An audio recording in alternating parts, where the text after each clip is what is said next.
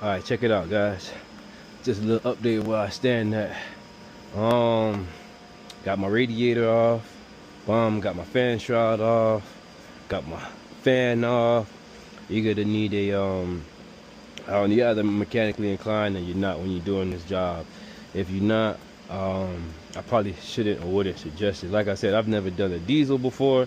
This is 16 years in the automotive industry. I've never gone this far into a diesel as I'm about to do.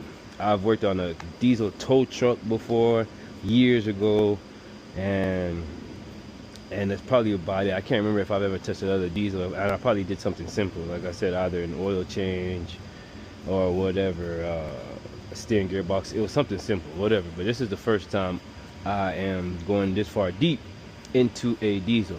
5.7 Dodge turbo diesel Cummins 2017 2500 Ram. Cool. Right, so got all my whole front end out. Like I said, I'm gonna pull this out through the front. For all my diesel Dodge Mopar gurus, not looking forward for your comments or concerns or whatnot.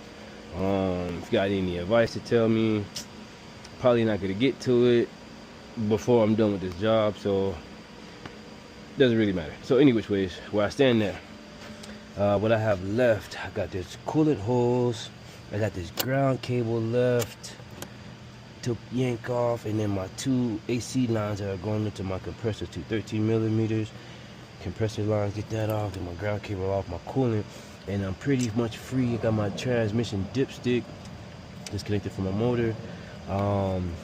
Outside of the exhaust downpipe coming off of the turbo, I was gonna knock that off as well too. So 1, 2, 3, 4 things on this side to disconnect. 5. Then my motor on this side will be free. On this side, I got my power steering pump, 13 millimeters, pull to the side. Just pull to the side. I'm not gonna disconnect the power steering at all. Just move it to the side much as best as I can. Then I'm gonna work on getting this wiring harness off from the fuse box, and my battery wiring harness. Get this, flop it over to the side. Once I'm done doing my wiring harness, I'm going to crawl down to the bottom, disconnect my wiring harness from my transmission and my transfer case, pop off my shifter cable so I can kick it into neutral. That's how I'm going to get this thing to roll back and forth.